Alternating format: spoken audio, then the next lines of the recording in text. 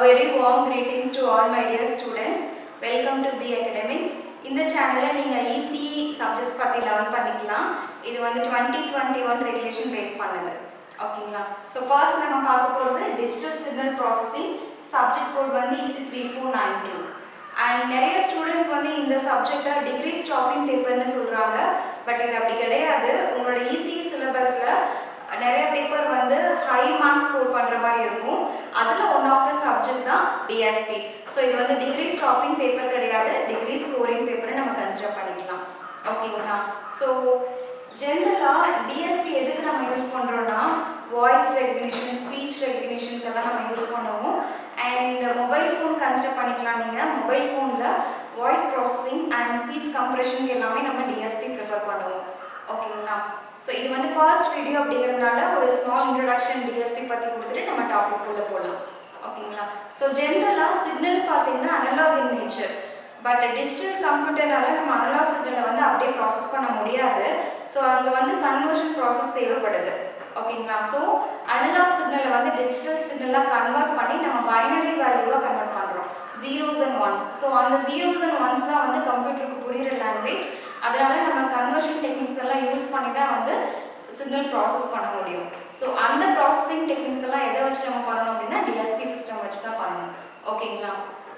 So இது வந்து small block diagram. So input signal வந்து வாய்ஸ் சிக்னலாக கன்சிடர் பண்ணிக்கோங்க. வாய்ஸ் சிக்னல்னா ஸ்பீச் சிக்னல். ஓகேங்களா? ஸோ உங்களோட ஸ்பீச் சிக்னல் வந்து ஏடிசி பிளாக்கு கொடுக்குறோம். இங்கே வந்து analogue to digital converter. So signal வந்து இங்கே தான் கன்வர்ஷன் ப்ராசஸ் நடக்குது. அண்ட் கன்வர்ஷன் முடிஞ்சதுக்கு அப்புறம் நம்ம டிஜிட்டல் சிக்னல் ப்ராசஸருக்கு அனுப்புகிறோம். இங்கே வந்து சிக்னல் கேரக்டரிஸ்டிக்ஸை நம்ம இம்ப்ரூவ் பண்ணிக்கலாம். இப்போ ஒரிஜினல் சிக்னலில் வந்து நிறைய நாய்ஸ் ப்ரெசன்ஸ் இருக்கும். பட் அதை வந்து நம்ம ரிமூவ் பண்ணிக்கலாம் டிஎஸ்பி யூஸ் பண்ணி. அண்ட் உங்களோட சிக்னல் கண்டென்ட் வந்து கம்ப்ரெஸ் பண்ணிக்கலாம். ஸோ ரெக்குவயர்மெண்ட்டுக்கு தகுந்த மாதிரி நீங்கள் வந்து சிக்னலோட கேரக்டரிஸ்டிக்ஸை மாடிஃபை பண்ணி நீங்கள் இம்ப்ரூவ் பண்ணிக்கலாம். ஓகேங்களா? ஸோ அந்த இம்ப்ரூவ்டு சிக்னல் வந்து டிஏசிக்கு நம்ம சென்ட் பண்ணுறோம். டிஏசி அப்படிங்கிறது digital to analog converter. So original signal வந்து இங்கே நம்மளுக்கு கிடைக்குது. அந்த அவுட்புட் சிக்னல் தான் நம்ம ஸ்பீக்கர் எண்டுக்கு ப்ராசஸ் பண்ணுறோம். ஓகேங்களா? ஸோ ஃபர்ஸ்ட் டாபிக் பார்த்தீங்கன்னா யூனிட் 1ல DFT, discrete Fourier transform. So அந்த டாபிக் பார்க்கறதுக்கு முன்னாடி சாம்பிளிங் தியரம் நம்ம கொடுத்துருக்காங்க. சாம்பிளிங் தியரம்னா என்ன அப்படின்னா சாம்பிளிங் ப்ராசஸ்னு ஒன்று இருக்குது, சாம்பிளிங் தியரம்னு ஒன்று இருக்குது. ஸோ சாம்பிளிங் ப்ராசஸ் ஃபஸ்ட்டு நம்ம புரிஞ்சுக்கணும். இப்போ எந்த ஒரு திங்ஸையுமே வந்து ஒரு ஃபார்மேட்லேருந்து இன்னொரு ஃபார்மேட்டை நம்ம கன்வெர்ட் பண்ணுறதுக்கு சில ப்ராசஸிங் டெக்னிக்ஸ் எல்லாம் நம்ம ஃபாலோ பண்ணணும் இல்லையா?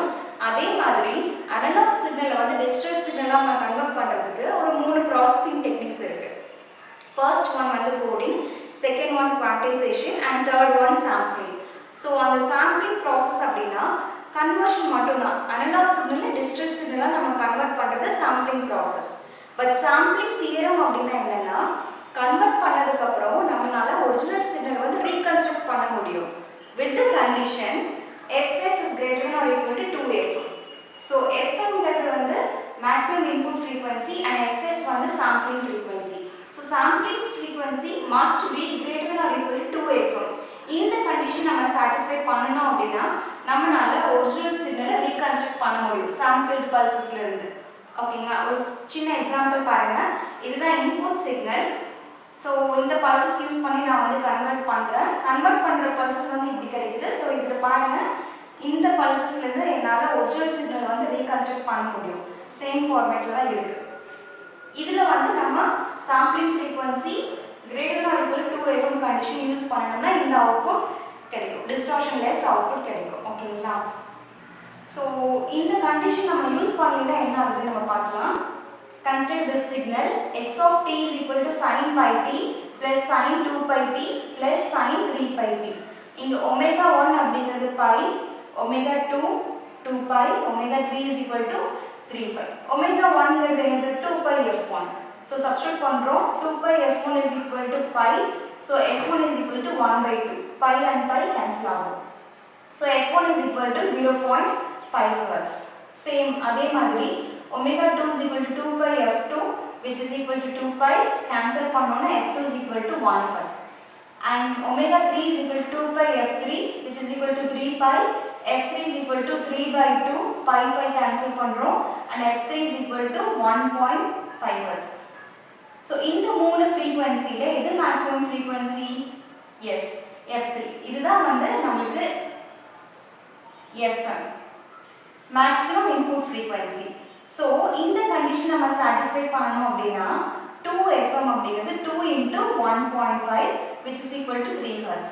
So sampling frequency must be greater than or equal to twice the input maximum frequency. So இந்த exampleக்கு fm வந்து 2fm வந்து 3.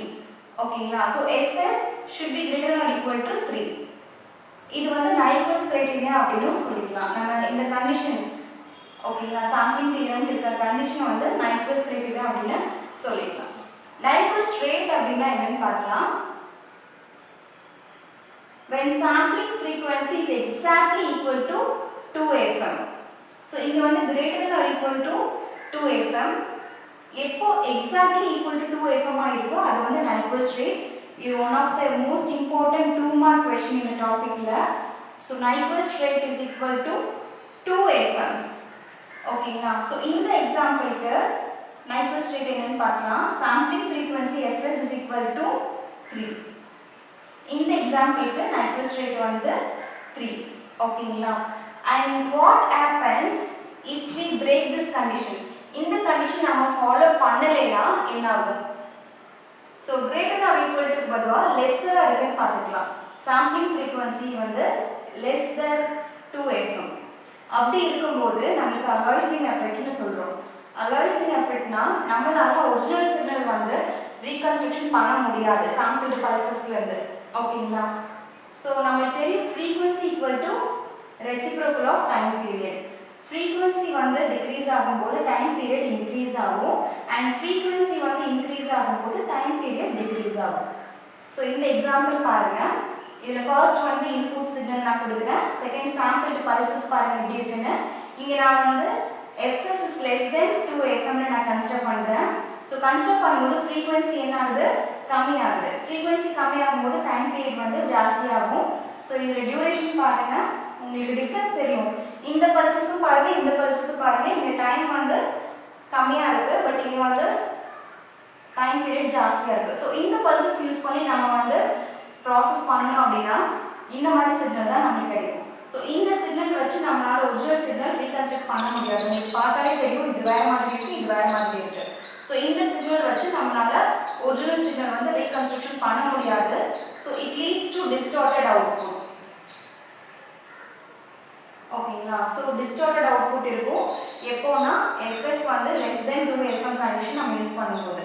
இது எப்படி அவாய்ட் பண்ணலாம்னா ஆன்டி அலாய்சிங் ஃபில்டர் நீங்க யூஸ் பண்ணலாம். அப்படி இல்லைனா இந்த கண்டிஷனை வந்து நம்ம சாட்டிஸ்ஃபை பண்ற மாதிரி ப்ராசஸ் பண்ணணும். ஓகேங்களா? சோ இதுதான் வந்து சாம்பிளிங் தியரம். சாம்பிளிங் தியரம்ல Nyquist கிரைட்டீரியா என்னன்னு தெரிஞ்சிருக்கணும், Nyquist ரேட்னா என்ன தெரிஞ்சிருக்கணும், and அலாய்சிங் எஃபெக்ட்னா என்ன தெரிஞ்சிருக்கணும். ஓகேங்களா? சோ உங்களுக்கு ஈஸியா புரிஞ்சிருக்கும்னு நினைக்கிறேன். நெக்ஸ்ட் வீடியோல டிஸ்க்ரீட் ஃபோரியர் ட்ரான்ஸ்ஃபார்ம்னா என்ன அப்படிங்கறது நம்ம பார்க்கலாம்.